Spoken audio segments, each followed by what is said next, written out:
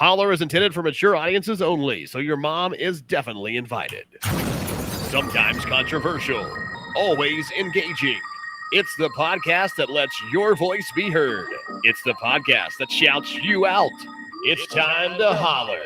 Can you dig it? Engaging. It's the one day through a Pop-Tart. I like toaster strudel. You like the Holler. Yeah, I like the way it explodes You in like my it? mouth and to swallow it down. Oh my god! Your tweets, snaps, Facebook comments, and even phone calls. Holler any way you want. They used to give kids opiates to keep them quiet. This is much less offensive than that. JD, Brian, and Gracie. Holler at your boys and a girl.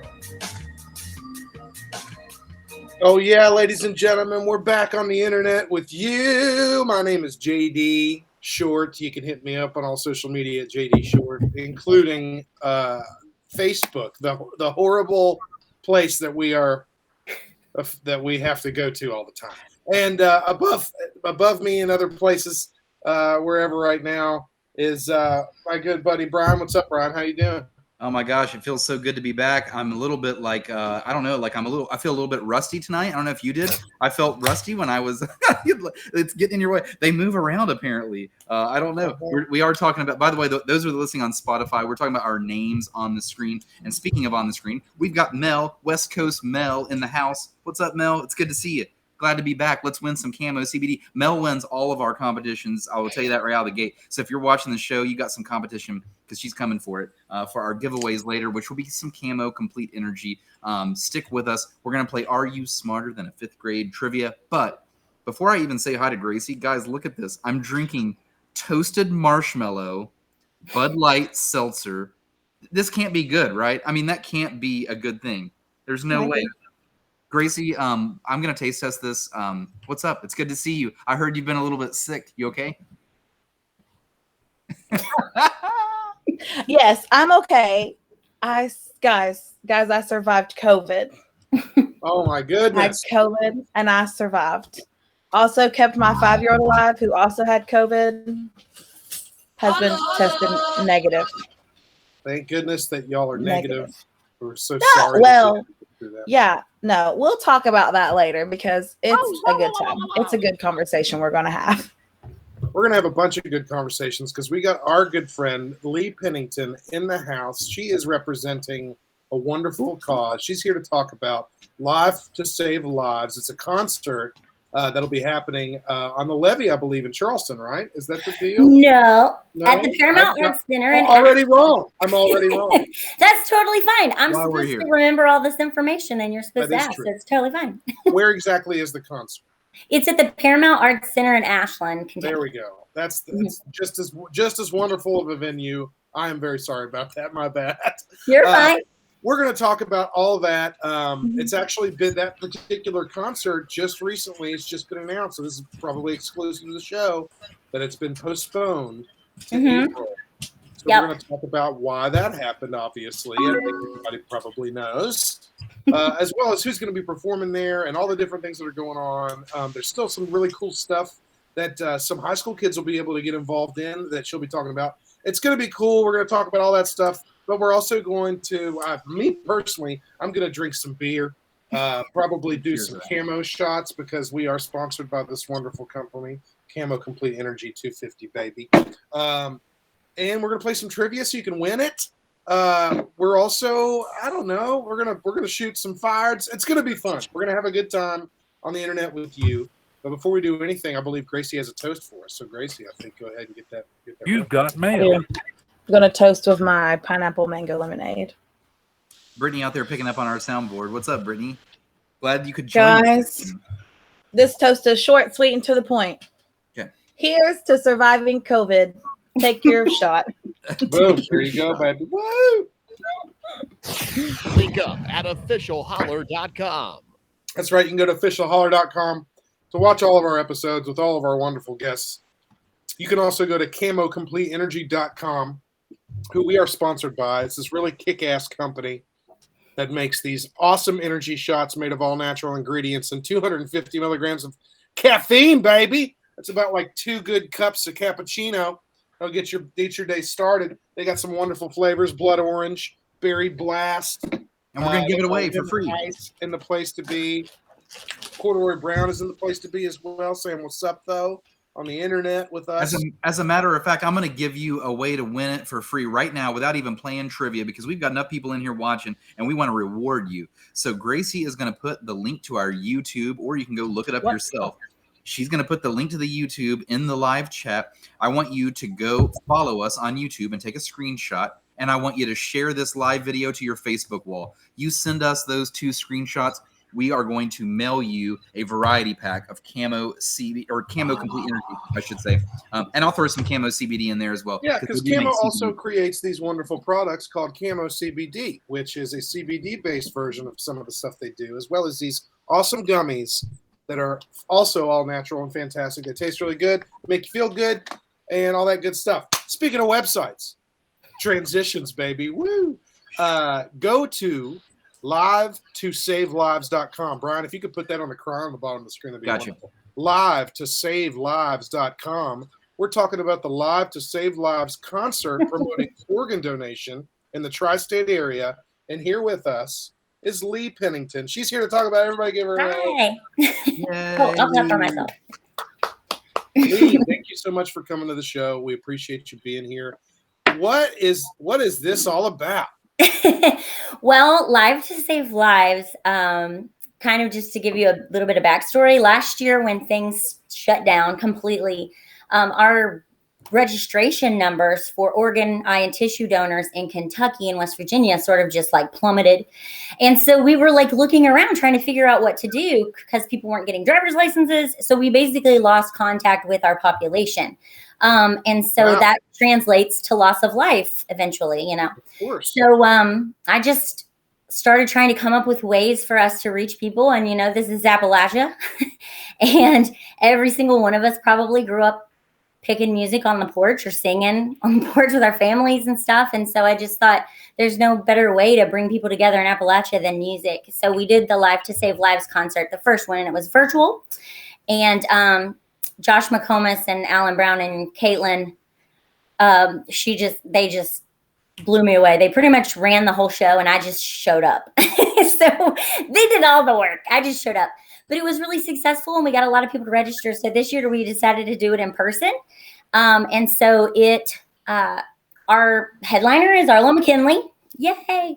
And this wonderful. I know. And this is a free concert for the community. So you guys can see Arlo McKinley for free. And Hello June will be there. And they are one of my favorite local bands. I love them so much. And then we have a post show that's happening. That's invite only post show. And Corduroy Brown will play the post show. So it's going to be a really awesome night. And I was really looking forward to it. So I'm kind of sad we're moving it to April, but oh, it's okay. So obviously that's the big news right now is that the concert's been moved to April due to current COVID concerns, which makes total sense. Mm-hmm. It's kind of getting pretty wild out there. You know, hopefully everybody kind of gets a better head about this and we can kind of push this and get past this next big obstacle that's being thrown in front of us again that we're all, too used to nowadays. It kind of got brought home this morning because I got a phone call from Andy Rubin, who is Hello June's manager. And he said, very politely, he said, you know, we're trying to do this to save lives and I don't want to kill people in the process. And I said, you know what? I completely agree. And so we talked to everyone and we all just felt like ethically, it was just, we can't try and save lives at the expense of the population we're trying to serve. So I get you there. Now, Brittany Linkus is on the screen. All of her words are covering your face right now. But what she's asking is, do I need to donate an organ to attend this important question? It's a fair question. No, because technically it's against the law for me to say, I'll give you something if you give me an organ. For probably multiple reasons, I would say. Probably, you know. No, you do not have to give an organ to attend. I would hope that everyone who comes or everyone who leaves, at least while they're there, join the organ donor registry. So hopefully we all leave as organ donors, but hopefully not for a long, long time. So I want to talk about organ donation real quick before we continue talking a bit more about the concert and other things that are kind of dealing with all this. organ donation is a lot of people I don't think understand really what it's actually really about. Yeah. I think the first real thing we can go ahead and just knock off here is you're not alive when they take the organs from you when you donate organs, correct? Not unless you're a living donor. But Which that's a is completely its own different thing. thing. That's like Right. if you have 2 kidneys and somebody needs one and you say, sure, you can And have one. you don't go to the DMV. Right. to do that. To become a living You donor. probably need to talk to a medical director at a hospital about that Yeah. kind of thing. Yeah. But no, So this is standard organ donation. This is the thing that when you're going to get your driver's license, there is a line that says, would you like to become an organ donor? And, I've actually seen people like talk about how, oh, hell no, I'm not going to do that. They ain't take my organ from. What's the like weird, Yeah. thing about, like what's going on with it? Like it's organ donation. Yeah. Give us a little rundown of it. And Okay. Well, be so scared of. my job is a community educator. Okay, so my job with Donate Life and with Kentucky Organ Donor Affiliates is to teach people about donation. So every single day of my life, I hear the same things over and over again, especially here in Appalachia. There's a lot of like ideas about organ donation that have been passed down, and their mama told them this, and so they believed it. And the biggest one is that they won't try to save you if you have an accident. And so what I usually say to people, and I know this is going to sound awful, but usually it makes them realize that that's illogical, is that, do you know anybody who works in healthcare, like EMS, nurses, anybody at all, neighbor, friend, whatever? And everybody pretty much is like, yeah, we do. And I say, are they murderers? Do they like to take? Yeah, do they like to? It sort of brings it home that they're talking about their family members. They're talking about people in their community letting other people die. And so they kind of realize that that's illogical. And so that's the biggest one. But I also hear a lot that they have to be buried whole or God can't raise them from the dead. When the rapture comes. Right. So we work very hard to make sure that people understand that there are no major religions that are opposed to organ donation. Actually, every major religion in the world has accepted organ donation as a last compassionate act.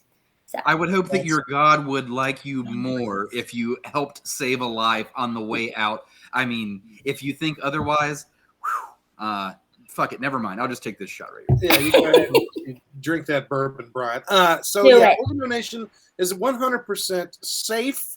Is that even a word would even need to apply to this? It's not even just safe. It's not going to happen. This style of organ donation. So basically, the main thing is that while anybody can join the registry, only 1% of the people who join the registry actually get to donate, because the manner in which you pass away really strongly affects your ability to donate. You have to pass away in a very specific way. So not only that, but a lot of times you're not a match, or a lot of times there are other medical underlying issues where you can't donate. So and that's only exactly 1%. Why we need everybody moving over to it, as many people to sign up for this registry as possible, because that small amount can only get bigger with more and more names to sign this registry. Right? Yeah, and not only that, but there are over 100,000 people waiting on organs, 100,000, and we lose 22 of those people every day. That's on a daily basis. 22 of the people waiting for organs pass away every day. So when you think about that, when you work in this field and you have to think about that every single day, at the end of the day, you leave your office and you're thinking, we lost 22 people today. And then that weighs on you, because what we do is literally life and death. Every win is a loss and every loss is a win when you do this job. And so we want so much to get that number down to 0. And that might be a pipe dream, but we're working really hard to make that happen. So come on, Barbie, let's go party. Well, that's a wonderful goal. And you are throwing a party to promote this. That is what Live to Save Lives is all about. And there's another and Miranda's jumping in. She said, well, I wonder if anybody would like my anxiety brain. Miranda, in your case, the paramedics are like, we've got a donor, we've got a brain right. Never mind. Toss it. Nope. No go. She's part of the 99%. It's shaking. It's a no-go. For some reason, the brain is shaking. This one's spoiled. Leave her alone. So Can you tell us about? There's an event now. The actual concert itself has been pushed to April. That is totally cool. Which, by the way, it's at the Paramount Arts Center in Ashland, Kentucky. There is another event though that's not been postponed. It's actually more of an event that you are putting together for high school kids. Correct? Is that right? Yeah, it's called the High School Challenge. So basically, students in this southwestern portion of West Virginia and all through the state of Kentucky can submit a 2-minute video of them performing a song of their choice. And then they submit that to us, and then they share it on social media, but they also promote the organ donor registry, and they work to spread the message of organ donation for a certain period of time. And once that period of time is over, we look and say who's got the most votes. And so that last 10 group of kids that are the highest, they're going to be sent to our celebrity judges. And we have Ian Thornton, who is Tyler Childers' manager. We have Keebe Gilkerson, who is Arlo McKinley's manager. We have Jen C. from iHeartMedia. We have Wayne Pauley, who is one of Leigh Bryce's management team. And when you say celebrity judges, these are people that are involved in the music industry directly with some of the biggest names. Yeah, they have the potential to actually like change someone's life. You know what I mean? Yes. If I were a teenager, I would be like, oh my God. This is a big deal. Okay. And then so you send the 10 best, most voted to these judges. And then what happens to the winner? What happens with So the winner, on top of winning $500, and their school will win $500, the winner also gets to play their song and open for Arlo McKinley on the Paramount stage on April 8th. And so, I mean, that's a really big deal. I mean, so to play and perform in front of 1,600 people. So that's awesome. Indian outlaw. Yeah, that's awesome. That's great. Leigh, so I think you've kind of covered this, but like at your event or at this event that we're describing here, you will be able to sign people up. You'll be able to register them for the. Yeah, absolutely. Because that's the whole point. So we'll be able to register people there. And also, all of the promotions we've been doing for the show, we always say, if you want to join the registry, here's this button. And so anyone can join the registry from our Live to Save Lives website before the show. So there's so many different ways. Or you can just go to registerme.org. That's simple. Registerme.org. If somebody does that, do they get something in the mail? Do they get like a card in the mail? Like it's on my license. I signed up as soon as I could when I was like 16. But yeah, you do not get anything in the mail because I don't know if you know this, but the organ donor registry is covered under HIPAA. So even I can't see who's on the registry unless I'm looking specifically because that person is in front of me and they could possibly be a donor. So once we come to the hospital, after everything's been done by the doctors, they don't check if you're an organ donor. They have no idea if you're an organ donor. They have no access to that information. But once you have been legally declared to have a complete loss of neurological function, they call us and we come and we look to see if you're a registered organ donor. But we do not send anything in the mail. Nobody calls you. Nobody bothers you. I mean, it's nobody's going to let you die. Yeah, nobody is going to let you die. We want to save people. We wouldn't let you die. Yeah, the whole point is to save lives. Damn it! I mean, it's not like we know the wait list personally. Yeah, as if these people show up to an emergency and they already have seconds to spare. Like they're gonna start going through this person's like wallet and belongings and do they? This is crazy. This is crazy. Yeah, and our biggest problem, oh my gosh, is TV. Movies and television. We literally have a whole section of Donate Life. They're called Donate Life Hollywood, and they have been working really hard with like TV producers and stuff to try and make them like use correct information on these little shows. That's smart, actually. That makes sense. Sharing that damn fake news. We already have enough issue. But that's Leigh, I have a few questions for you before we move on to other things like giving away camo. Gracie almost died on us last week, so we're going to talk to her about that. As you can see, her brain still isn't functioning. Look at her; she's just looking away over there. She's just staring at our logo in the corner. I have COVID brain. Let me breathe. JD, could you imagine like you're the host of a podcast, right? And you're like, "Hey guys, welcome." welcome to the show. Could you imagine that? I'm Just easily talking like this? distracted. Let me be. We should just all do that. My dogs are just laying here really cute. Okay, I just like to look Oh. at them and say, "Oh." Anyway, Well, Leigh, Gracie, your profile is really beautiful, and I didn't mind staring at it. So you're Leigh, fine. you are clearly Appalachian proud. Did you grow up around here, like locally? I mean, is this where you're from? Yeah. Are you asking me or Gracie? Yes. No. I grew up in Greenup County, Kentucky, which is like 45 minutes from Huntington. And I grew up on a working farm out in the middle of nowhere. Like when I say working farm, I mean like we milked our own cows and made our own butter. And my mom sewed all my dresses till like 8th grade. I think I don't even know if I owned a dress from a store till 8th grade. Amazing. Amazing. Yeah. That stuff is still, and that's still real here in Appalachia. People don't realize. Right, yeah, and It something is. that's so cool about that kind of stuff, we've got people not only from the West Coast that watch this show, but we've got people from other countries, and I just like have this feeling when they're watching you, Leigh. I mean, you've got this bubbly, awesome personality, but you've got that twang, and you're not hardly. You're just down the road from where I grew up, and it's just like it's like crazy that like our stories are so different. Yet so similar, because at the end of the day, you've got this more of a twang, but we have the same values. When I leave this area, I really miss that Southern hospitality. I miss it so much that I just can't go anywhere else. I have to get back here. It makes me anxious when I don't have it. So it's just so super interesting. A couple things about that. Yeah. First of all, I'm really surprised you say I have a twang, because Oh, yeah. if you heard my family, you'd be like, she totally doesn't have an accent anymore. I mean, I've worked very hard on it. The city. Oh, yeah. My normal accent sounds more like this. And if you ever got me around my sisters, if we were on the farm, this is how we all sound. But I worked really hard on my accent to get rid of it. Mhm. But I lived away for like 11 years from Appalachia. And so when I came back, I had forgotten just how amazing this place was. There's a lot of ugly, there's a lot of beautiful. Leigh seems way nicer than all the Greenup girls that I've met. Oh, well, I grew up there, so I can't argue with you. No, I'm sorry if anybody's from Greenup. We just got scorched by I do have like a million sisters, so hopefully he's not talking about one of them, but he probably is. I don't Where know. did you move away to, by the way? Do what? Where you said you moved away for like 11 years. Where'd you go? Well, when I was 19, I decided I wanted to like be a missionary, so I decided to go to seminary.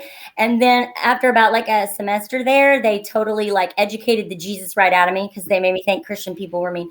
So for a while I was like, I had a hard time with it, but I was like, peace out, Kentucky. And so I moved to Myrtle Beach with a bunch of people from high school, and we all lived in this 2-bedroom apartment, like all of us, and it was insane. And I was there for 7.5 years. And when I left there, I left with a divorce and a child. But then I went to Maryland. And then I lived in Maryland for a long time. In Maryland for a bit, and but now you're back here. Now I'm back, and I've been back like 8 or 9 years. And I actually, like, when I first came back, in my son when we lived in Maryland, we would hop the metro and go downtown to DC, and all of the Smithsonian's, I don't know if you know this, they're all free. So like the museums are free, the zoo is free, everything Smithsonian is free. So when we moved back, my son's like, is there dinosaurs here? And I'm like, no. And he's like, valid question. Yeah, what's there to do here? And I'm like, well, we can dig holes in Papa's field. Let's go do that. And soon he fell in love with digging holes in the field, and it was fine, but it was hard at first. But I forgot how beautiful it is here and how amazing the people are here. So. If you guys are curious what Bud Light, toasted marshmallow, seltzer, those are words that probably shouldn't go together. All of those words don't make sense. Words seem very don't weird. make any sense. But it is wearing a little flannel, which is why my girlfriend and I, we bought a pack of this, and we were like, let's just try them out. So I've got these. I picked out what I thought would be the worst flavors, which is toasted marshmallow and pumpkin spice Bud Light seltzer. I've got them. I'm going to try them both live on the show. I'm here to say toasted marshmallow. It tastes like what you think it would. It's like, it does taste like toasted marshmallow, but it's like ice cold in a alcoholic seltzer. That doesn't make sense. Why is that happening in my mouth? It's a weird thing. Leigh, one last question for you before we move on. What is the craziest conspiracy theory that you believe in, would you say? What do you think? I believe in? Yeah, what do you think? Like, what's off the top of your head? The organ donation thing is one thing, like people that's real.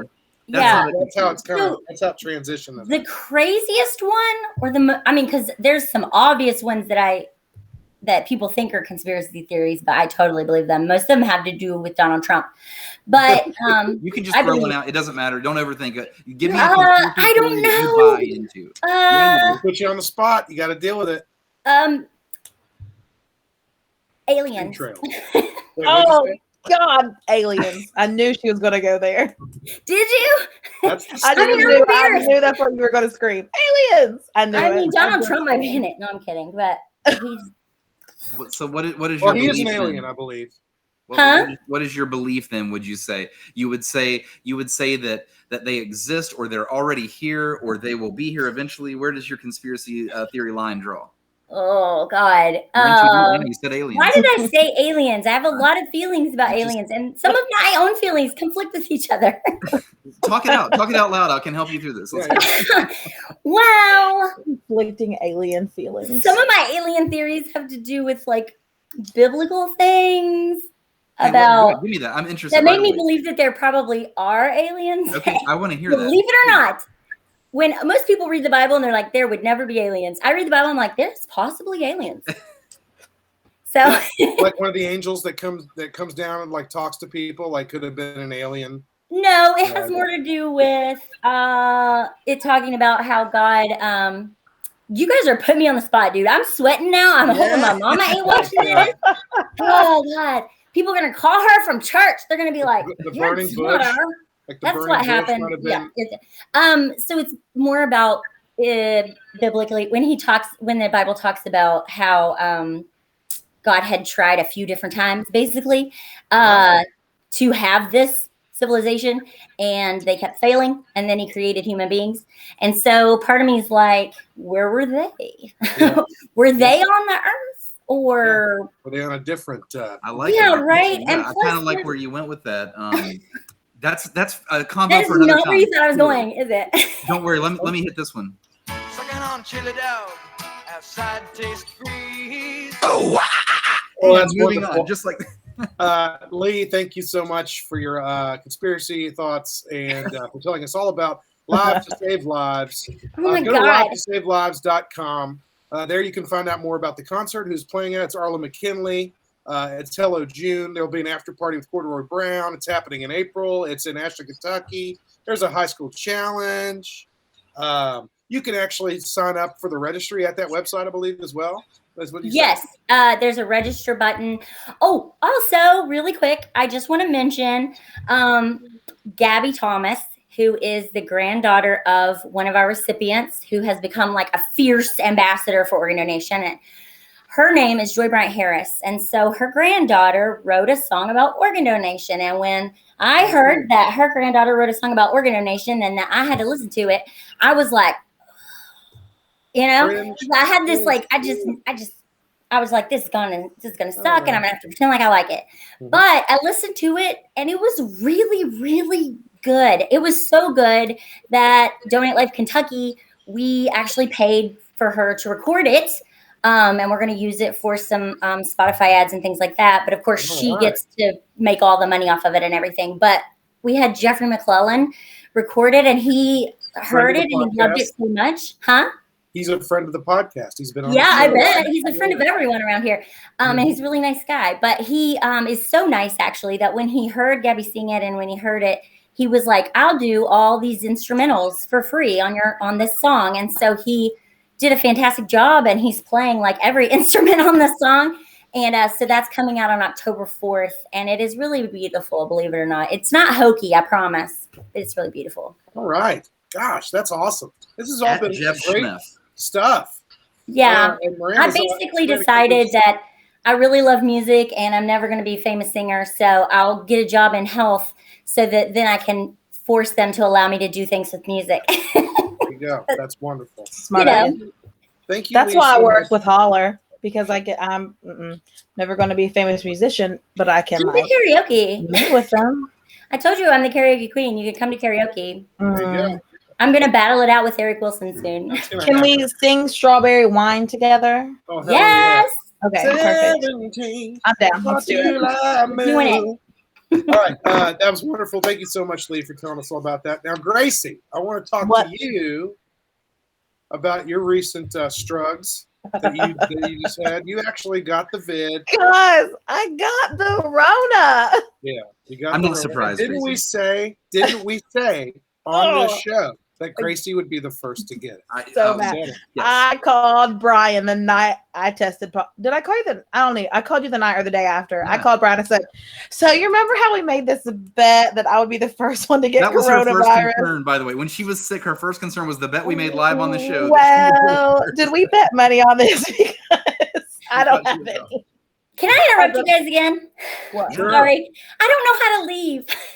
No, you stay. No, Oh, you I were- stay. Okay, Yeah, you you just stay. dismissed. And now you're just. Yeah. We've got all that You stuff can out of the way. go Now you now. can You do are it. trying to stuck figure out with how to us. You're stuck you with don't us. You leave. stay. You hang out. You Yeah, you hang weirdo. out, you chime Okay, I'm in. here then. I'm hanging out. Gosh, I You didn't know chime if I in, was unwelcome you know. now. We I didn't know just, what I was now we're doing. just chilling. Now we're just chilling. Okay. Okay, let's chill. So really, Back to you, Gracie. I got the Rona. Your whole So- damn family was quarantined. You all got it, right?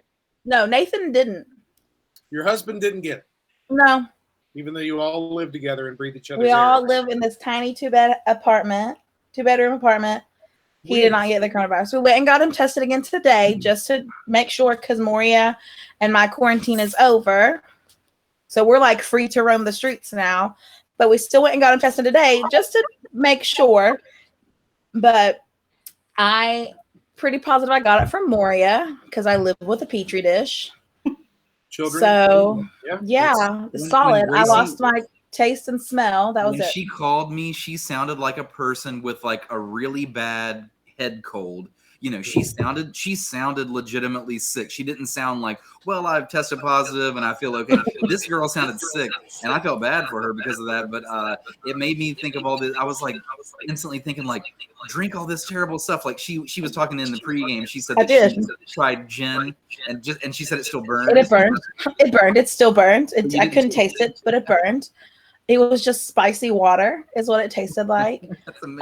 I gargled mouthwash, didn't taste it, but that's when I started getting my taste back. So if you have the coronavirus and you lose your taste, try gargling mouthwash Yeah, because mouthwash is the way. Apparently, you'll be able to tell. yeah, I started getting my taste back after I gargled the mouthwash. And to test my taste, the first day, like the day I lost my taste, I was like, this is bad. So I left work and went and got tested. And then like 4 hours later, I got the call and I was like, shit. And then the day after, I got an email because I did the rapid test, which is right up your nose. Not a good time. But I took Moria to the health department because they let her spit in the tube, which is really gross. And then she came back positive. And let me tell you, that little shit was asymptomatic. Oh That boy. sounds about right. Off the fucking chain. It was chaos. We were so done with each other by last Friday. We were done. A couple So, days into it. but yeah, I mean, she was asymptomatic and we got really lucky. Like, it could have been really bad. My 5-year-old could have been really sick. So So- Gracie, pretending like, I mean, I know it's impossible to do this, but pretend that we just didn't even know what COVID was and you just thought you were sick. Like comparing your bout with this to other times that you've been sick. I mean, what would you compare it to? Did it feel like you had a cold or worse than a cold or the flu? Which was it closer to? The first day, like Monday, whenever my symptoms technically started, my nose felt weird. And you know how like that feeling in your nose, like Yep. it's going to be really gross. Yep. But like you have that pressure and it like needs to pop so it will drain. Yep. That's what it felt like. And that was the day we got the freaking monsoon and all of Pennington flooded. Mhm. So my thought was the pressure changed. My sinuses are just wonky. Right. And then Tuesday at lunch, I was like, I cannot taste or smell one bit of this food I'm eating. So That's the stage I went to everyone my should office. drink these, by the way. Oh. Good God, they're bad. So I went to my office manager, was like, listen, I think I need to go get tested for COVID. I can't taste or smell anything. And so she Right. made some calls very far away from me, both of us in our masks as we have to wear them. Yeah. And she said, well, go to the Capitol and get tested. And Now, can I ask you, Gracie, are you vaccinated? Are you fully vaccinated? yes, So you're fully vaccinated and still got it. Yeah. Which but obviously it's is not. that's what's Yeah, gonna like happen. the vaccine is not to keep you from getting it. It's to keep Right. you from dying. Right. Like I think my symptoms, like my mom got it the first round and she ended up in the hospital with pneumonia. And that was before the vaccine came out. And I could have had it really bad, I think, if I wasn't vaccinated, because I have asthma and can't breathe very well. And So Gracie, you did not die. I mean, you seem to no, be I alive. didn't. Yeah. Leigh, I'm alive. Leigh, you're going to say something? Can I offer some? Well, my master's degree is in public health, so I Sure, just wanted yeah. I can Please. explain the breakthrough symptoms thing. I was Yeah. sorry. I'm a nerd. Okay, I'm a really big nerd. Please, no, please do. Okay, that's Please why do. you're here. So basically, first of all, the COVID vaccine, you're going to have to start thinking of it like the flu vaccine, and you're probably going to have to start getting it every single year because they're already tracking several more variants, and this is not something that's going to stop mutating. It's just like flu A that will mutate every single year, and every single year we'll have to get another vaccine. Well, the reason that you're having breakthrough symptoms, but your body's still fighting it off, is because you got Delta variant, not the original COVID vaccine.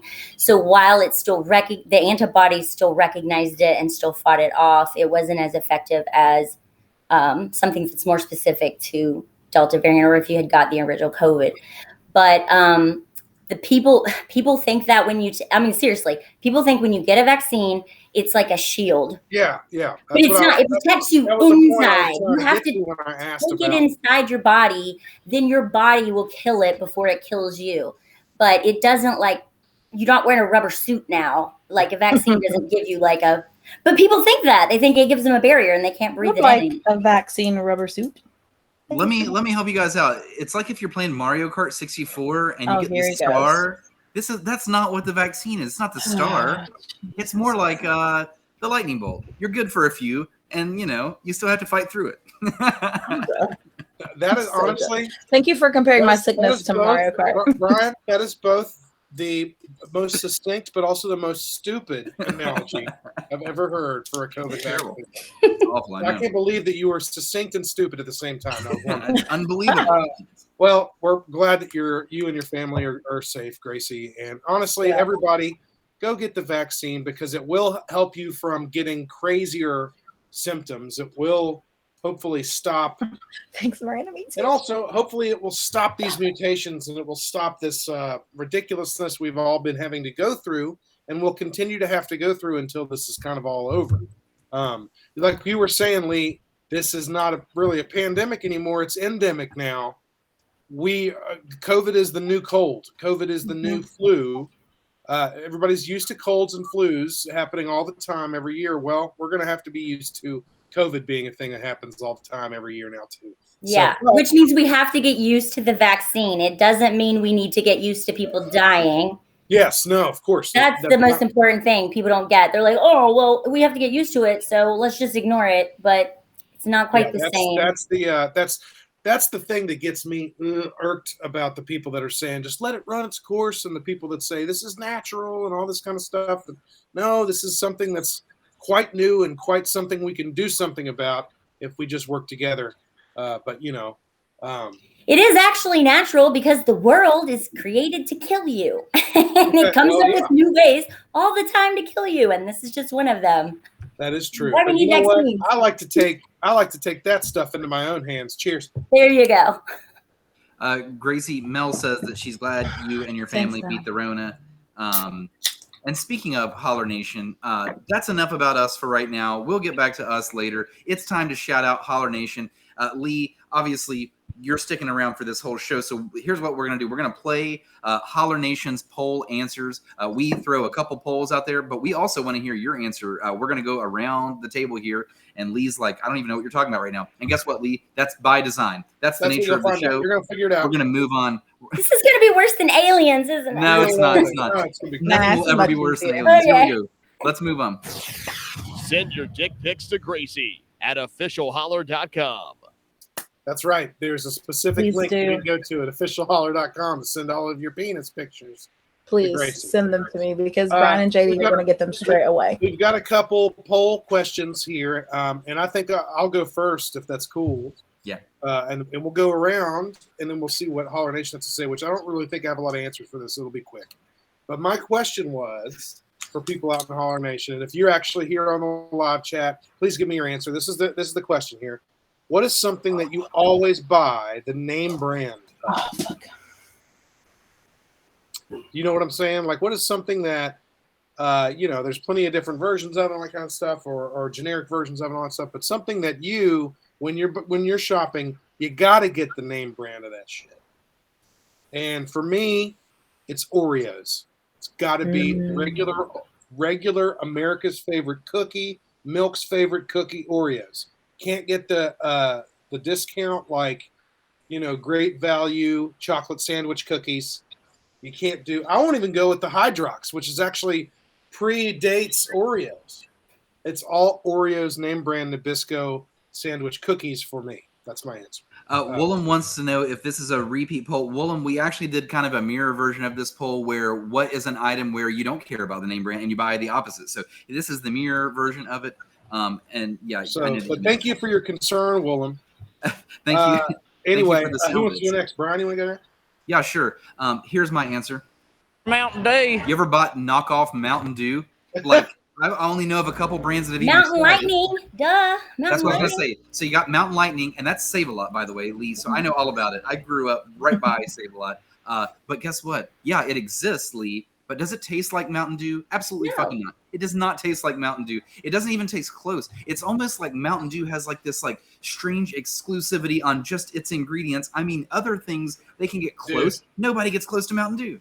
Dude, Mountain Dew has, if you ever read the ingredients on Mountain Dew, there are two ingredients that always catch me off guard. And it's orange juice concentrate and brominated vegetable oil. What? Number one, this is the only soda I've ever seen that actually has juice concentrate in it, and it's definitely can't be a lot. There's no way there's a lot of juice in Mountain Dew. And then number two, what the fuck is brominated vegetable oil, and why is it in soda? No clue. Gracie, what's your answer? Brominated vegetable oil. Okay, gotcha. Leigh, what is your answer? No. Hidden Valley Ranch. Okay. Hidden Valley Ranch and Heinz ketchup. Yeah, the ranch is a popular one. I know someone else that only will buy Hidden Valley Ranch. He swears by it. I've got a buddy. He won't buy anything else. Now, here's the thing, though. In the bottle or the mix where you make it yourself? What's up? My friend goes bottle. I don't know what Gracie goes. But both. Both. Because my mother specifically does. There are different tastes. But the one you make yourself is good as a chip dip. Well, but the one in the bottle. But if you do the one you make yourself with buttermilk and mayo, like it asks, it's really anyway. Yeah. It's still good as a chip dip because that's how my Nana does it. What's up? Name it with chip dip. Wait, did I miss the part where it has to be a food? Does it have to be a food? No, it doesn't. Okay, mine is Angel Soft toilet paper. Yeah, what a great answer. Yours is which one? Angel Soft toilet paper. Angel Soft, okay.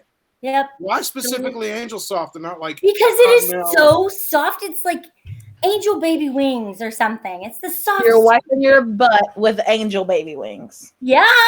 Okay, and it's effective and it's very comfortable. What a wonderful Leigh, I swear, I promise you, I'm not picking on you right here. I seriously, I promise you. I adore your personality. I think you're so bubbly and awesome. Oh, thanks. No, this is like for the people that aren't from here, like me talking about your twang earlier, like right there, you were like toilet paper. Toilet paper. Toilet.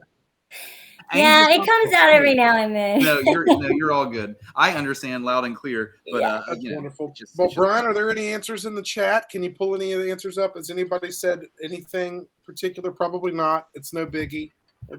Well, Miranda did say that she answered your poll and that it's on Facebook. Oh, okay. All right. So in that case, let's check the Facebook and see what it has to say.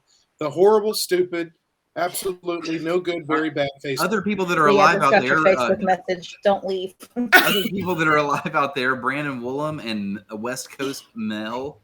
What do you guys buy that's name brand? That you have to have name brand. Miranda specifically says, by the way, Fruity Pebbles is her answer. None of those Fruity Dino Bites for her. Thank you very much. Fruity Dino. Understandable. Now, I thought I was going to get a lot of. Actually, I didn't think, not specifically about cereal. I thought there was going to be more things, I thought there were going to be a lot of food answers for this one. But, honestly, those bag cereals, I really can't tell taste difference. I don't know. Some people can. I don't know. It's a thing. It's whatever. But I've also heard that, like, fruity cereals all use the same ingredients anyway. So If you eat Tricks or Fruity Pebbles, it's all the same damn shit. Oh, Mel, she's agreeing with me. Oreos for show. Oreos Double for show. stuffed or regular? Patrick says Pop Double Tarts. stuff.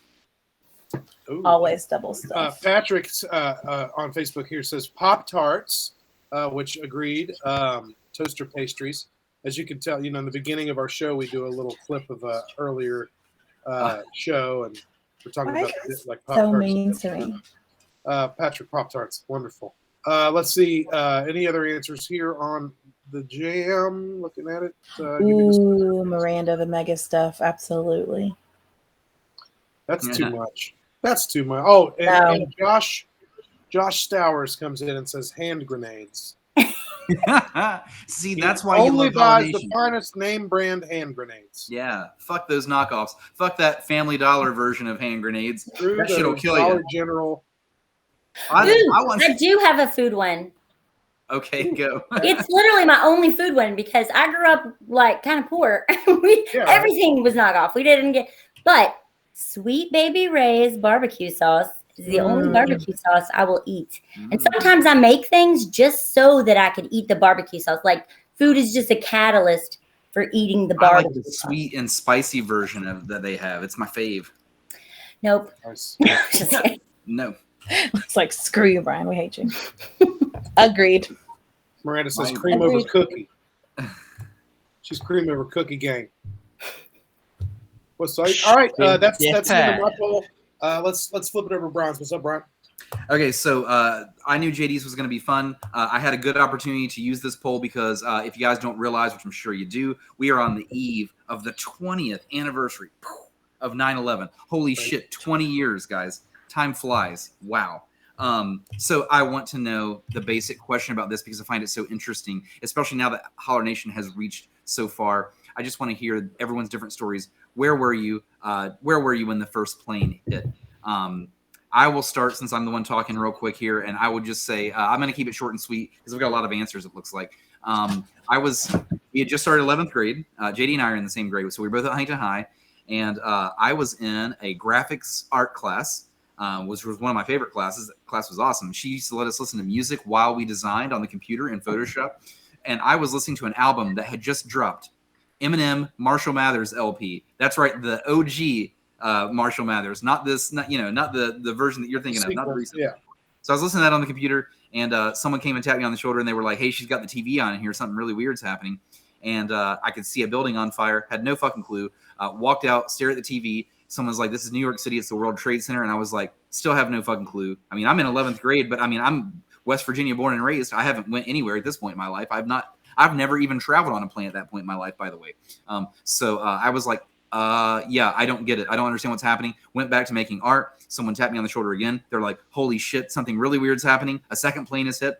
And I'm like, well, that does seem really odd. I still don't understand what's happening. And I'm just going to keep going through the motions at school because I'm good at this. I'm good at school, and I'll just stay focused on this because this seems bothersome. I don't want to think about this. And so, as the day progressed, obviously, everything got worse and worse. I know a lot of kids got pulled from school. I was not one of them. I finished the day and then got home and was like, "Mom, Dad, what the fuck is going on?" I was just really confused about the whole thing. But hell, man, I was a kid, and I didn't know what was going on. I'm not going to pretend. I hate the people that pretend. By the way, I hate the people that are like, I was 12 years old, and when I looked up, I thought, the terrorists, they've got, like, what are you talking about, dude? Like, no way. There's no way you knew that.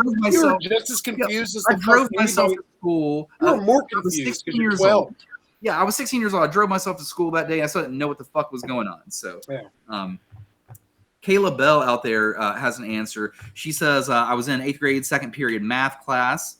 Didn't know anything happened until I switched to 3rd, and the teacher had the news on, and parents started coming to pick kids up to see similar story. And she said, of course, no one came. You're going to get a lot of that. A lot of people, especially if they were in school, they're going to basically say, saw it on TV, didn't know what was going on, still didn't know what was going on. People started, picking people up. It's crazy. I specifically remember the class I was in too, Brian, and I'll go ahead and just answer too, and I'll be quick as well. I was in a history class, an actual U.S. history class. Wow. With Mr. Ferguson, I believe, was my teacher. Great. He was great. He was a good teacher.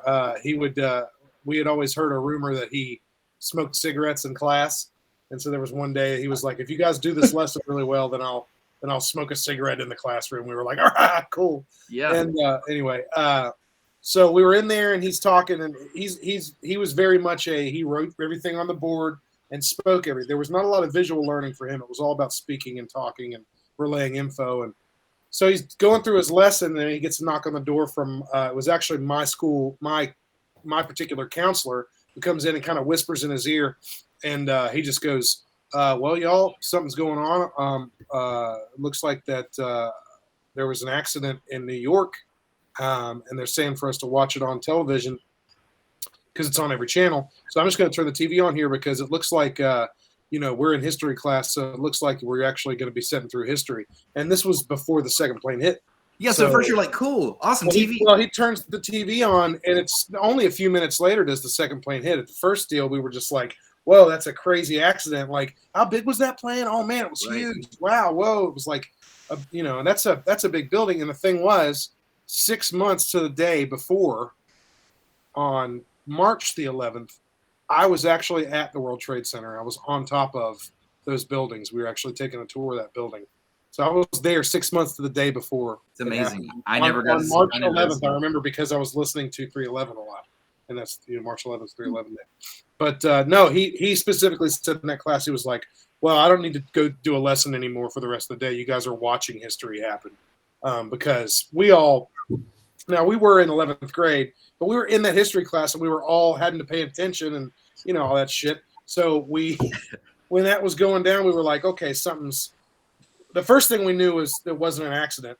Nobody really in that class at any point had thought anything about terrorism until it was probably a couple periods afterward. I think it was one of my English classes, and they started talking about that on the TV, and then we started thinking about it just because they were talking about it. But yeah, that was the deal. I was in history class, and I got to see history happen. And the fucking entire world changed. Probably not for the better, honestly, after that day.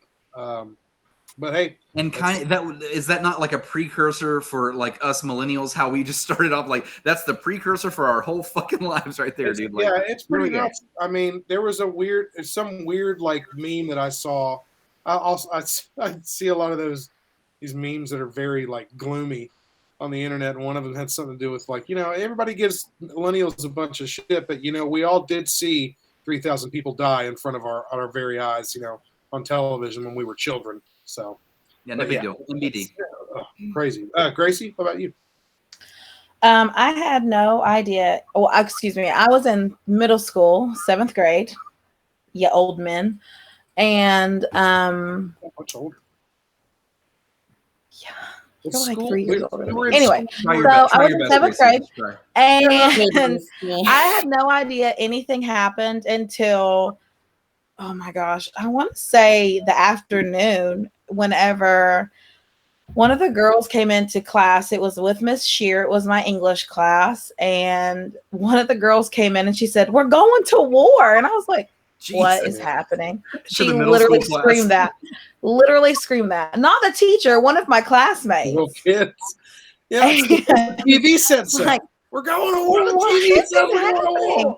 And the TV was on, and we just watched it for a while, like, because everybody was just in shock and sad, and nobody came to pick me up early either, Kayla. But sure enough, whenever I got home, my sisters were in the car with my grandparents who got picked up from school early. Gracie was stinking. Left out. I was left in middle school, left for the terrorists. Leigh, where were you at? That's really it. Like, I don't know. Okay, first of all, you all are really young little babies to me. Leigh, were you on your first marriage or your second marriage when the plane hit? I was almost on my first. Hey, Jesse, this is not a screw talk. My husband just brought me a beer because he's like, if you're going to talk about 9/11. Yep, no, I'm kidding. I texted him and was like, will you bring me my beer from the fridge? But he didn't bring me the thing. I was old. And I had left the farm already, but I was like still pretty fresh off the farm. Yeah. So it was like old enough to know what was going on and what this all meant, but I didn't understand the whole wide world at all. And I only saw it from the glasses or from the frame of like growing up on the farm in extremely strict conservative. Like I wasn't allowed to swim with boys. It was like co-ed bathing and stuff like that. Like we were like, you know, my dad was an evangelist and stuff. So anyways, so I was pretty fresh off the farm. So I went into the living room and turned on my tiny TV that was sitting on the floor. And I sat down on it in my apartment in Myrtle Beach. And I saw the news and saw everything going on. And in my mind, I immediately started panicking and sobbing because in my mind, I was like, this is what my daddy's been saying all my life. No, the world's ending. World War III, and Jesus is going to come back any minute now, and this is really bad. And so then I started freaking out, and I didn't have anybody to run to, and I still was pretty much a kid in my mind, you know. And so I jumped in my car and drove to this job site where my boyfriend he was my boyfriend then, but where he was working at the time, out in the middle of nowhere. Like if you've ever been in Myrtle Beach, there's a town called Conway that's like outside of Myrtle Beach. And then there's a town called Aner that's outside of Conway. Well, this is like in UCLA. If you've ever lived there, we call it UCLA. It's like Upper Conway, Lower Aner. Okay. That's where the job site was. So I drove all the way there. And I get out of the car. I'm this tiny little, I weighed 115 pounds then. And I had all this hair. I had apostolic hair. And I get out and I'm like walking around this job site where all these men were that is like out in the woods. And they're like, honey, and I'm like, I need to find Jose because we're going to have World War III and Jesus is going to come back. And I'm freaking out. And they were like, okay. So they got on the radio and they were like, Jose, your girlfriend's in the trailer and she's like freaking out. You need to walk over here. So he walked over there, ready to be like, what the crap is your problem? And then I was like, you guys turn on the news. And so they turned on the news just in time for us to like see them fall. Yay, amazing. And it was really rough time because if you grew up that way and you were in that mindset, it was so scary. Plus, I'd been living in sin at the time. And when you live with a boy and you have sexual intercourse with a boy and you're not married, you go to hell. So I was freaking out. I was like, Jesus is coming back. I'm going to hell. I'm going to hell. Then we got married like 2 weeks later. That was the year of my life, you guys. Scared you so bad you got married? No, we were planning on but I did get married really fast because of the sex thing. Like I moved to Myrtle Beach in like June and we got married in September and I was not his girlfriend when I moved there. So that's how fast it was. Because you can't live with a boy and have sex unless you're married because Jesus said so. Jesus wanted you in Myrtle Beach and married ASAP. That's what happened. No, he did not actually. That did not go well for me in my life. He said no. It was just a major detour. But at least I have a child out of it. Yeah, but Jesus really. I think Jesus just wants everybody to chill. Jesus has probably. You know, when I say this stuff, if I'm doing it like this and I'm saying it really loud, it's because I'm mocking myself. So please nobody be like, this chick is crazy. And by the way, hashtag FOTF, fresh off the farm. That's my favorite thing that Leah said so far. Hashtag FOTF. Don't forget it. I like it. I was fresh off the farm. I was confused about the entire world. And I ended up getting beat up by this drag queen outside of this awesome drag bar at Myrtle Beach because I didn't know how to behave and I didn't know what to say. And I need to be educated. The towers are falling and now there's drag queens. Stop the podcast. Can you tell us more about being beat up by a drag queen? Okay. Well, first of all, I totally deserved it. I just want to say that because I was really stupid and I was really young. And I said the wrong thing. And it was really stupid what I said. And it was something like the drunk girl, which also I was drinking a lot back then. And Jesus probably didn't like that either. But it was the drunk country girl equivalent of like, I think I said something like, your makeup is so pretty. It's not fair that I'm a girl and I can't do my makeup that well. So I got taught a lesson, a really, really strong lesson that I deserved to learn. And then I knew better. And then I became an actual good person and learned things. And I'm kind of glad I left the farm at that age because who knows who I'd be by now, you know? I like the way you tell that too. I like just owning up to it. Not many people, by the way. I think it's a sign of maturity. Okay, I don't wonderful. Think. And I also people don't own up to things. Leigh, well, number one, Leigh, you fucking rock. Oh, number two, no, you've been very like forward and like open with us. That's wonderful. You like, thank you for being that way. That's awesome. Because we all make mistakes and and do that kind of thing, and we've all gone through things, and we might have not been raised the way we wanted to be raised and things like that. But hey, we're here now, and we know we can be better people, and we always, strive to be better. As long as we strive to be better, that's Guys, good. let's hear from Holler Nation. Let's hear what they have to say with their Thank 9/11 you. stories, because I'm sure they want to talk. This is what they're here for. We are an hour into the show, by the way, because we love talking to Leigh. So we're loving it. let's get this going. We're going to give away some camo, complete energy. Yeah, I believe what we're probably going to do, we're going to finish this up. We're going to do some shots fired. Then we're going to give away some camo. Yep. We're going to talk more about Live to Save Lives as well. Yep. So here we go. Let's start with the videos, people that sent video messages. This one comes from Tafty Snaps. I'm going to try and do this quickly. I was in 6th grade in a not science teacher's class who taught science. I'm also kind of drunk. And this guy who was another teacher came running in and said, "The towers are down." And like, I thought it was like something exciting because he seemed excited. And then there was talk of the Pentagon. I didn't know what the fuck that was. And then kids were like, "Oh, they're bombing these places and we're all going to die." And I was like, we live in West Virginia. No one gives a fuck. And a bunch of kids like left school, and I was just like, you guys are stupid. That's it. That is actually kind of true. She's looking up and saying, "I didn't know what the fuck was going on," and I like that. I like that in a person. Well, you realize it's West Virginia, so all those parents thought exactly what I thought at that moment, that the world is going to World War III and Jesus is coming back any minute. So they went and got their kids so they could be ready. The rapture's happening. It's all coming down. Everything's finally happening. All right, this one's coming. Oh no, I finally got the top. Coming to you live from Margaritaville in Orlando, Florida. During September 11th, I was in AP American History in Mr. Baldridge's class, and my school was so ghetto that we actually did not have TVs or internet. So parents were coming taking them out of school, and we had no idea what was going on, and we didn't know until the end of the day what happened. Okay, well, there you go. And who was that, by the way? Sorry, I didn't get to see. That was Cole, and he was live at Margaritaville in Florida, he said. At Margaritaville, and we could see his silverware. We can see it is hell of a setup at Margaritaville. And sorry about the loud volume. It was my phone, I guess. Hopefully I fixed that. I'll try to say it like halfway. Should be good now. This one comes from Jessica. Here we go. So I was in 7th grade, and I was in homeroom. And all I really remember is my teacher, Mr. Scotty, just got this look on his face where you knew something wasn't right. Another teacher came in, whispered something to him, and he immediately turned on the TV in our classroom to the news. None of us really knew what the World Trade Centers were or what they were for, but we all sat there in silence and watched as the first tower was in flames. The first plane had already hit.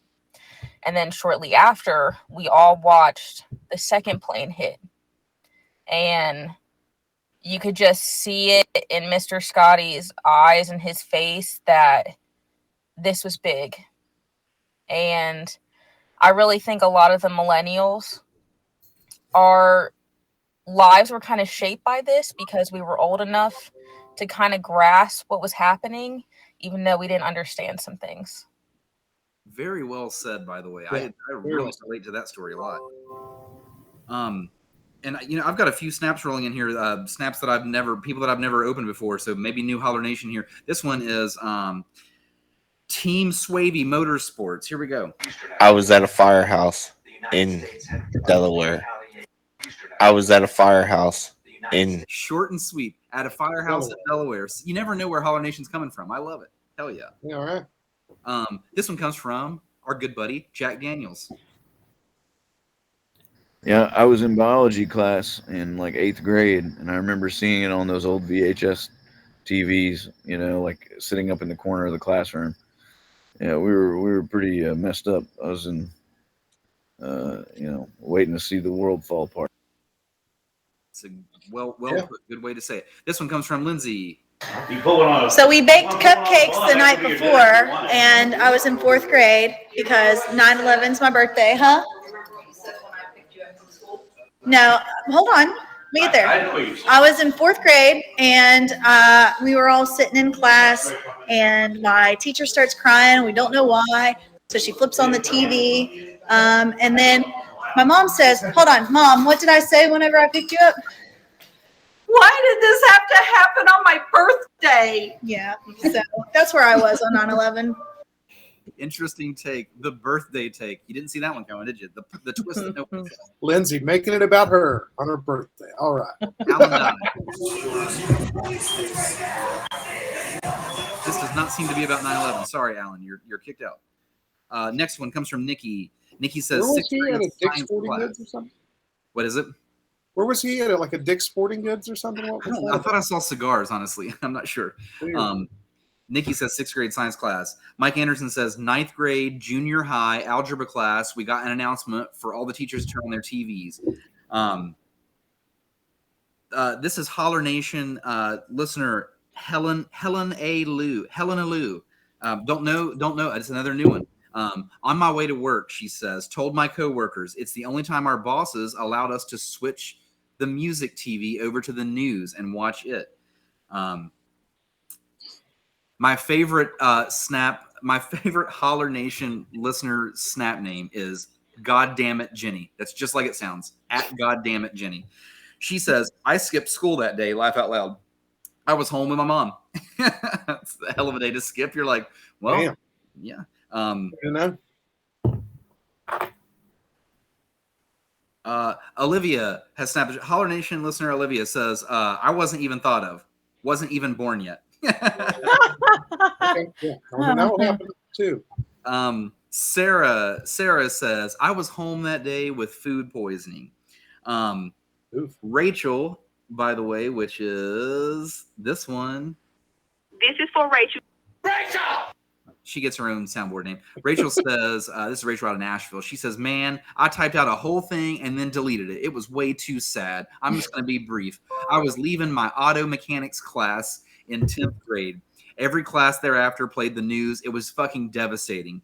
That's a really great way to put it. And I just love that Rachel was in 10th grade in auto mechanic class. That's a very Rachel answer, by the way. Yeah, she's that's a really special person.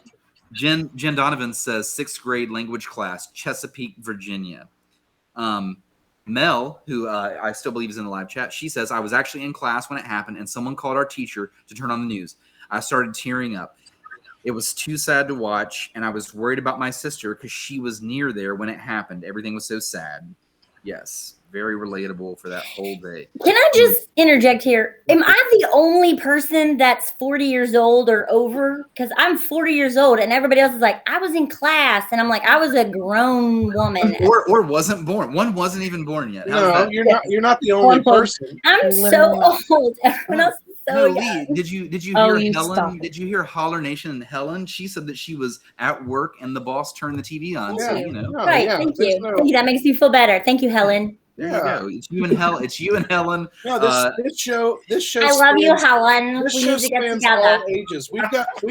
We've got friends and fans in their 60s. Yeah, we've got different countries. We've got people that don't even speak English as their first Australia language. and Europe. You know, That's what I'm really trying to get to. I'm trying to get to some of these foreign answers and really hope that we've got some good ones in here. Todd Purdue says, Todd Purdue, get this, JD, says, I was in Mr. Ferguson's history class.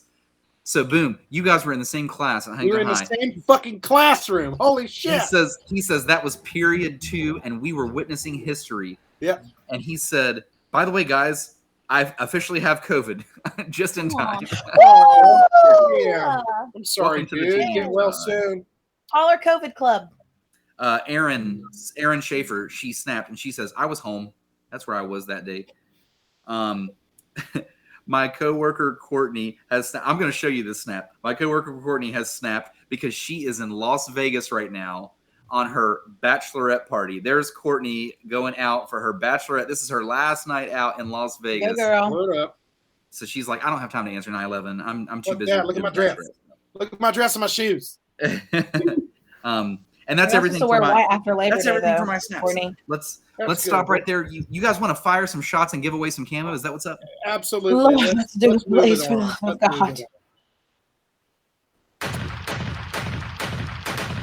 Shots fired. We get that shot ready, girl. Here we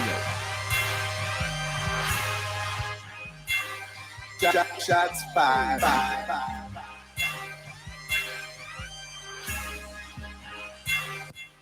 Shots fired.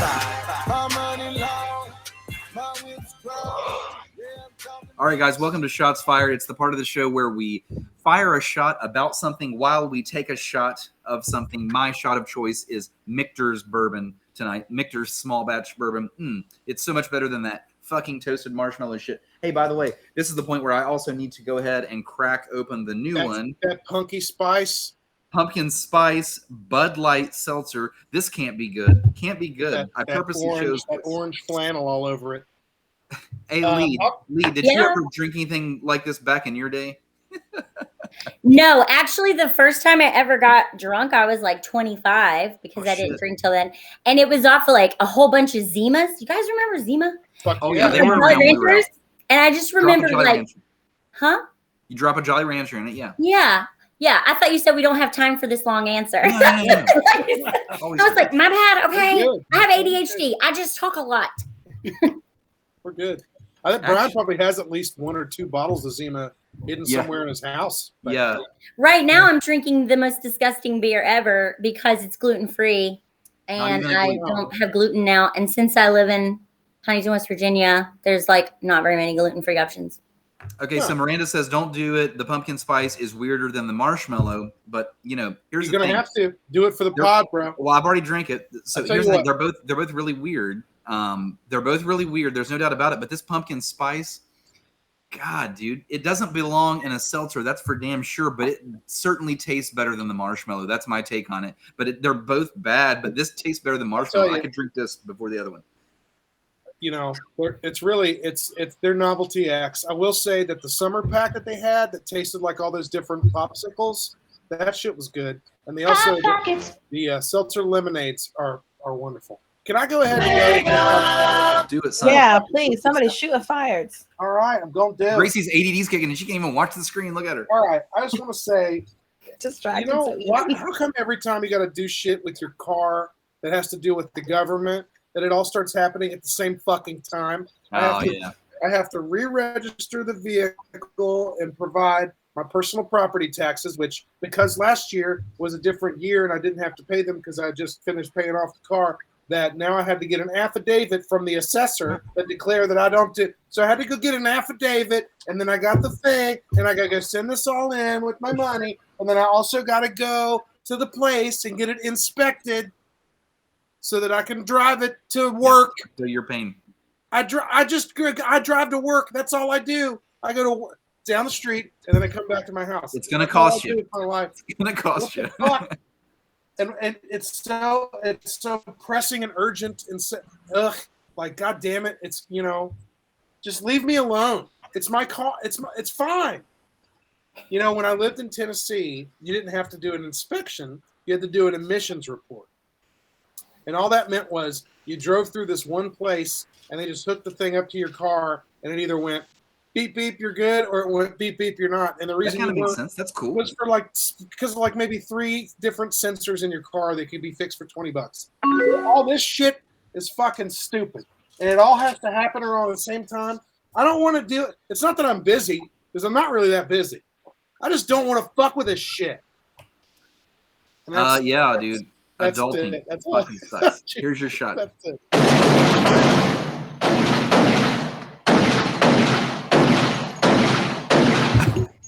I don't remember that one lasting so long. JD had his documents on deck, which was my favorite part about the shots fired. He's like, here's my fucking documents. Yeah, I mean, the thing is, all I got to do is finish, I just got to do it. I just don't want to. Leigh, we've got great news for you. Read this can. Read the can. I know, because Miranda already told me. And by the way, Miranda, I love all of your comments, but I can't figure out how to comment back to you because, I'm 40 years old. So these fucking gadgets. But I legit can't figure out how to say things back to you, but I love your comments. Thank you. Well, you just have to open your Facebook. You have to open it on your phone. It's okay. Don't tell me how. I won't figure it out. Hashtag FOTF. That's what's up. I'm loving it. Leigh, you're a wonderful guest. All right. Thanks.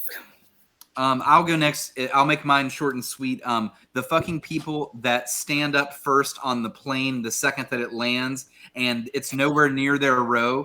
What the fuck are you guys doing? I think about this shots fired every time that I fly. Why do people like you exist? You idiots. What the fuck are you doing? You realize you can't go yet. We're not going to charge to the terminal. You literally go a row at a time. It's pretty elementary to understand that, but yet you continue to just stand up the second the plane lands, and the rest of us just stare at you because you're a dumbass. Shots fired. Or worse, yeah, you're buzzing. Get your sweaty butt, because you've been sitting down and not moving for the past few hours. Get your sweaty butt out of my face. You're not going to get out of here any faster than I am. Fuck. Leigh, please read this comment on the screen right here. I know. I already saw it. She understands old people, she says. Well, Miranda, that's wonderful. That's a great story. Gracie, shots fired. Hey, Gracie, Miranda, shots fired. when are we getting brunch? What? I wasn't paying attention. Just kidding. My shots fired is, you guessed it, coronavirus. Because it fucked my entire last 2 weeks. Fucked it right in the ass with no loop. I didn't get to announce Corduroy Brown at the Huntington Music and Arts Festival. Yeah. I didn't get to close on my house because of freaking coronavirus. Oh, so many things it ruined, and I hate it so much. So fuck you, coronavirus. Go to hell. Shots fired. Hit the button. All right, Leigh, you're up. Fire a shot about something. What are you thinking? Okay, dude, I have a lot of things, man. It's I pretty like. easy. What are you This part's pissed easy. off about? I'm pretty happy most of the time, but dang it, I have stuff. I can get Good. worked up about stuff. Yeah, hell yeah. I don't even know which one to choose. Like, should I choose like? Well, wait, before you do, are you going to drink something? You have something to I drink. told you I'm drinking my gluten-free beer. Okay, I'm going Not to drink. even a- It I'm gonna tastes drink like a shot. garbage, but I'm gonna drink drinking a it. shot with you. Yeah, I'll do a shot with you too, Leigh. Go for one. One shot's Okay, fired. should I complain about how I work in public health but nobody listens to us because everybody thinks that we're crazy? Or should I complain about how I'm an I like ADHD that one a lot. educator but people think ADHD doesn't exist and then I have to argue with people all the time? Which one should I argue about? Or Those which are one should both I really good. I really like the first one though. I Okay, really let's want you talk to about that I then. really Okay. want you to let them fucking have it because Okay. actually our last show, I think that was my shots fired was something about people fucking ruining shit for other people because they're stupid. Listen, I do not think people are stupid. I think people are doing stupid things. But here's the thing that pisses me off, okay? I went to school for like ever and I worked really, really hard. And while I was getting my master's degree in public health, there were MDs, doctors that were in my program with me, that were sitting next to me because doctors are not qualified to assess or research disease within a population. They are not qualified to research or create vaccines. Nurses are not qualified to give their opinion about the efficacy of a vaccine. They are only qualified, doctors and nurses, to read the research done by public health practitioners that has been told to them from the CDC or another public health organization. They are not public health practitioners. I don't care who you are. I don't care what you do. You can tell me that your grandmother's a radiologist and your mama is a nurse and your daddy is a doctor and all that crap, but you don't know what you're talking about because there are people that went to college just to work for and work with a disease within a population. It spreads differently. Doctors and nurses and all these other people in the health profession, they're taught to treat disease on a one-on-one basis. They're worried about the person in front of them. Public health practitioners have to look at the population as a whole, and their question is not how do I save every single person, but how do I save as many human beings as I possibly can, because they're trying to stop the death of the population, not the one individual person. And so they look at the risk and they assess the risk and they come up with ways to bring the risk level down. It's not perfect. Masks aren't perfect. The vaccines may not be perfect, but the risk level goes down with every single thing that you do. And I can only equate it to this. Like my daughter is 7 and she rides her bike outside and sometimes she wants to get on the street and I'm not out there, right? So that's really stupid. Why would she do that? The chances of her dying if I'm not out there and she has no helmet on and she's on a street are pretty high. But if I stand outside, that lowers the risk a little bit. If I give her a helmet, that lowers the risk a little bit. If I make sure that she watches for cars, that lowers the risk a little bit. The fact that I live in a community that has a dead end lowers the risk a little bit. Is it 100% sure that I don't know my child's going to get hit by a car? It can still happen. But every single teeny tiny thing I do lowers the risk. which is what people don't understand. Public health practitioners lower the risk, so do all the things they tell you to do. Come on, Barbie, let's go Let's party. take a shot to that shit. Holy shit. I told you I can get feisty. Fucking cheers. Leigh, hold on. Let me take this shot with you. Hold on. Mm-hmm. You know what? That's a fucking insanely good point. I don't think it's ever been made on this show. Ever. And I'm not sure people really understand. Like People don't know what public health is. They don't even know. Like sometimes I sit around. You just explained the fact that you sat with doctors and nurses. Yes. And a good friend of mine, his name is just Mohammed. He's an explained internist with Marshall Health, and he sat and went through the same program. Just because they're a doctor or just because they're a nurse does not mean that they have the answers to something as huge and crazy as something like this, or really any other huge public health crisis like fucking anthrax or fucking hay fever, even, or I don't know. No, that's not really. But you know what I mean. Yeah. Like that. That's a totally different kind of schooling, a totally different kind of. That's why we have people that do this particular stuff and that particular stuff. And you're right, doctors themselves, nurses, all nurses do is make sure what the doctors did was right. And all the doctors do is read this thing and compare it to the thing that happened to you and make sure that they treat it so that it fixes it.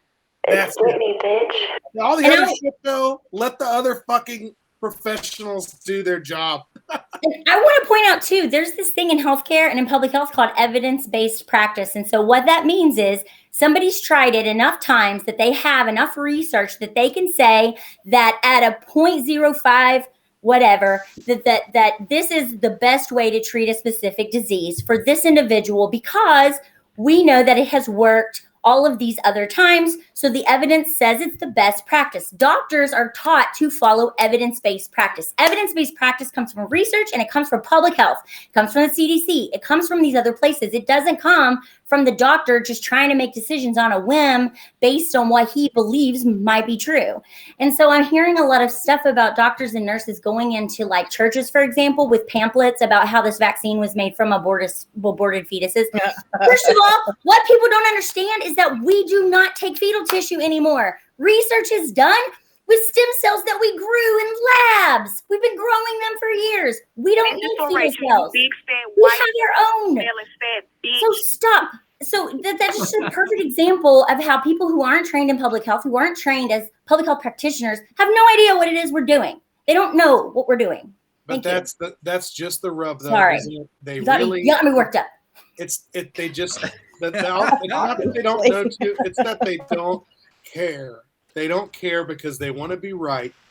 They want to be correct. They want their beliefs to be the one that's correct. And that's all that matters to them.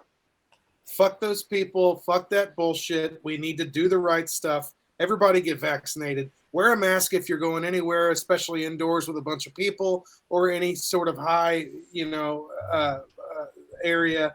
Just fucking do it. It's not hard. It's not that bad. The needle's not even that big. It's this big. Damn. Hey, guys, we're going to give away some Camo Complete Energy, and I swear to you, we just had a small little room full, and I watched the numbers plummet because they're like, these people won't stop ranting. Although no, we're fine. Did I take away all your viewers? Fucking watchers Everybody, vaxxers. Yeah, they're like, I've heard. Well, they get pumped with all this vaccine shit all day long. They've had enough. Does. It's all good. It's all good. We're gonna hit the stab. We're gonna play some Are You Smarter Than a Fifth Grader trivia with whoever is left. We're gonna give away our final Camo Complete Energy. We're gonna get the fuck out of here. Here we go. 2 dudes, 1 girl, and a bottle of Jaeger. What could go wrong? It's Holler. It's trivia time, guys. Here we go. Trivia. CamoCompleteEnergy.com. LiveToSaveLives.com. If you're here just in time. Gracie is going to start the game here by keeping tally of the score. She is your judge. She decides who comes in first with the correct answer.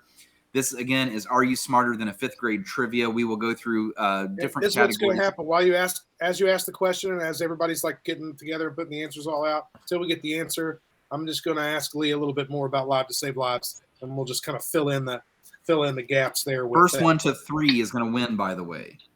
Boom. Let's do it. All right, let's go. Let's go 4th grade science. Let's do that. Okay. Okay, here we go. Question number 1. Animals who eat only plants are called what? Now think about that. Pretty easy. 4th grade science. Animals that eat only plants, what are they called? Somebody's going to answer that quick. Okay, Leigh, got a quick question for you. Give me the rundown, the who, what, where, when of Live to Save Lives. Who's playing? What's it for? Where is it at? And when is it? Okay, Live to Save Lives is a concert in support of Donate Life. We're trying to raise awareness about the importance of organ, eye, and tissue donation and how to grow the registry. And so we are having the show on April 8th. Sorry, that's a new date just of today. So April 8th is the show at the Paramount Arts Center in Ashland, Kentucky. We have Hello June, who's going to come in and be amazing. We have Arlo McKinley, who is our headliner, who is going to be amazing. This is a free show for the community. You do not have to pay to go in. And it's just something we're doing to try to raise awareness about organ donation. We also are having an invite-only post show where Corman Brown is going to entertain us. That sounds really fun, the post show. Gracie, who was first? Kayla Bell. Kayla Bell with the correct answer. Herbivore. Boom. Bam. I thought somebody might type vegetarian. I really did. Hey, well, that's wonderful. All right, question number 2, people. Well done, Kayla, by the way. Good job. You're 2 away from the Camo prize pack. This stuff's wonderful, by the way. CamoCompleteEnergy.com. 250 milligrams of caffeine, all natural ingredients. It's made here locally. It's oh God, I'm drunk. All right, let's go 1st grade geography. This should be easy. What continent are the pyramids of Giza located in? What continent? You'd think it'd be easy. You'd think it would. Well, okay. So where can people go, Leigh, to not only check out more information about the concert, but also to check out more information about organ donation? What's up? You can go to live-to-save-lives.com. Everything is there about the concert, also about the high school challenge that we're doing leading up to the concert. And then also there is a button that helps you register and gives you information about organ donation. Gracie, who was first? Mel. So Mel's coming for her. She's trying to go back to back or whatever it is. Mel, if you remember how many times in a row that you've won trivia, you should tell me. Gonna take a lot to get me away from you. So the correct answer was Africa, not to be confused with Sophie's Ethiopia. Which Ethiopia I bless is the rains also. down in Africa. All right. Egypt. All right, question number 3. We got 2 people with one point each. Remember, it takes 3 points to win the pack. So 2nd grade science. Here we go. I want you guys to tell me the name of the galaxy that you live in. What is the name of the galaxy that you live in? 2nd grade science. Then we'll get out of science. Maybe we'll go to English or something after this. Yeah, Katie, go. do that. Get weird with it. So you work with Donate Life Kentucky, correct? Mm-hmm. Yeah, and West Virginia. So I'm a member of. Go ahead. No, I was just going to say that I'm part of Donate Life West Virginia and Donate Life Kentucky. Is there a partnership between them? No, so basically Donate Life America bases our boundaries on the states. However, the Association of Organ Procurement Organizations that determine where our clinical organizations work, they base it off of region and population size. So I technically get paid by CODA, which is in Kentucky. However, I have the southwestern portion of West Virginia as well. So that makes me Donate Life West Virginia and Donate Life Kentucky. That's very, very interesting. God, and that actually so it's weird. leading me to a really, really cool question that I've got for you coming up. Gracie, who was first? Once we Kayla Bell. Kayla Bell. Looks like is Kayla. the score 2-1 then, Gracie? Yep. 2-1. Kayla 2, one more. Mel 1. One more for Kayla Bell. Kayla's making it happen. All right. All right, guys. I've got it ready here. We're gonna go 4th grade language arts. Ooh. If you love language arts, here we go. What is the main character in a story called? Okay. What is the main character in a story called? 4th grade language arts. JD, go. Pretty sure somebody's gonna get this, but my next question for you, Leigh, is what I guess I didn't realize is how connected, like, and how into it that Donate Life really is, you guys actually are involved with the actual, not only like the donation of the organ, but actually connecting them with the recipients. So like how deep does that kind of spider web go? Like, yeah, this is an actually really complex question because so basically there give me a small answer though. Okay, there are OPOs across the country, which are organ procurement organizations, and there are 58 of them working in the United States. They're based off of regions and population, not state, and they are not ran by Donate Life. They are separate organizations, and they do all the clinical stuff. So like we have RNs that come to the hospital and assist with all, you know what I'm saying? They do all that stuff. I am a community educator, so therefore my job is to grow the organ donor registry. Donate Life, you can think of them as the organ donor registry. So Donate Life is a nonprofit organization that their main purpose is to grow the registry and save lives. So since I'm community outreach, I'm a Donate Life person. Does that make sense? So, yeah, no, that makes sense. And then so these OPOs then take the information that you guys have created and this registry that you have built, and you funnel that information to them, and they are then at that point the ones that can connect with the medical providers and make it so. Yeah, and that's another complex question. But what I can tell you is that what happens is after a person is declared to have a complete loss of neurological function, only after we are called. We go to the hospital, one of our family support liaisons or one of our clinical coordinators will go to the hospital and assess the patient and see if they are in fact a good candidate. We will do all kinds of things with their medical record, run all kinds of stuff. But then after that, we check and we see, are they actually a donor? If they're not a donor, then we approach the family and say, we want to talk about this. If they are a donor, we approach the family and say, did you know that they're an organ donor? And so then the coordinator will coordinate everything to do with the surgery. She'll get a surgical team in. It might come from like Texas. She will she will enter all the information. UNOS, however, UNOS is the wait list. Okay. So they like control wait list.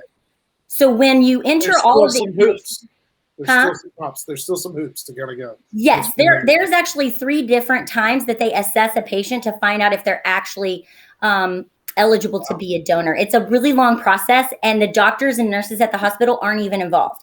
So once that patient becomes a donor, we take over that patient's care. Okay. Oh, so we've got our winner already then. And with that, we've got our winner. Kayla Bell, congratulations. You have dethroned Mel from her trivia reign of terror that she had on everybody. We gave you guys multiple ways to win Camo Complete Energy. Kayla, we will get you your variety pack. Well done. Thank you, everybody, for playing. Thank you, everybody that stuck around and listened to us ramble. We hope very much that you found it enjoyable and that you it was a very good time. I'm very, very happy that we had Leigh on the show. It's fantastic. Ladies and gentlemen, please go to live2savelives.com and learn more about this cool concert. And oh yeah, the police are here. Go to live2savelives.com, learn more about this concert. Go to camocompleteenergy.com and learn more about Camo. Go to officialholler.com for all your official holler needs. Leigh, thank you so much. Mel, thank you so much for being on the show. Thank you, Mel. This was fantastic. It was very enlightening. I learned a lot about organ donation tonight. Holy shit. If you want to learn more, you can just call me. Okay, there's so much more to learn. Wonderful. Absolutely. That was great. Hell yeah, Kayla. Congratulations. Yeah, Kayla, by the way, says her Gramps is hooked on the gummies. The gummies are like my fave as well. Seriously. I packed a bunch of Camo gummies to the last concert that I went to, which was Glass Animals, and we just sat there and pounded Camo gummies and alcohol, and it was a great time. A really fucking great time. Guys, do you want some Camo? I'll get you some. Girl, it might help. I mean, like, you'll like it. It's good. That's everything for this show. We've really ran this one a long show on this one, but that's because we have so much to talk about. We're doing Leigh, fine. you were wonderful. We hope to have you back closer to time to the concert since it's now been postponed. We're going to get you back on right before the show, and we'll amp it back up again. Can you make that deal with us? Awesome. Perfect. Yeah. Hell yeah, that sounds great. I'm going to hit a bunch of dumb buttons. We're getting out of here. So, Leigh, just stay with us for just a minute, and then Thank you, Leigh. we will see you guys. That was Gracie. This is Brian. We'll see you guys next round. Holler. All right. I tried this one chili and it set my mouth on fire, and I had to drink a 2-liter of Mountain Dew. You're beautiful. Oh, wow. I'm gonna kill my beer. 55. This pussy be yanking. It's been Well, way down yonder on the Chattahoochee, it gets hotter than a hoochie coochie. Marshall game tomorrow. Go Herd. What's up, man? Go Herd. Walkie. Go Herd. See you later, guys. Don't you want to become a cult leader? Bye, everyone. Since the death of God, there's been a vacancy for the death of God. You should fill that void. Here's how.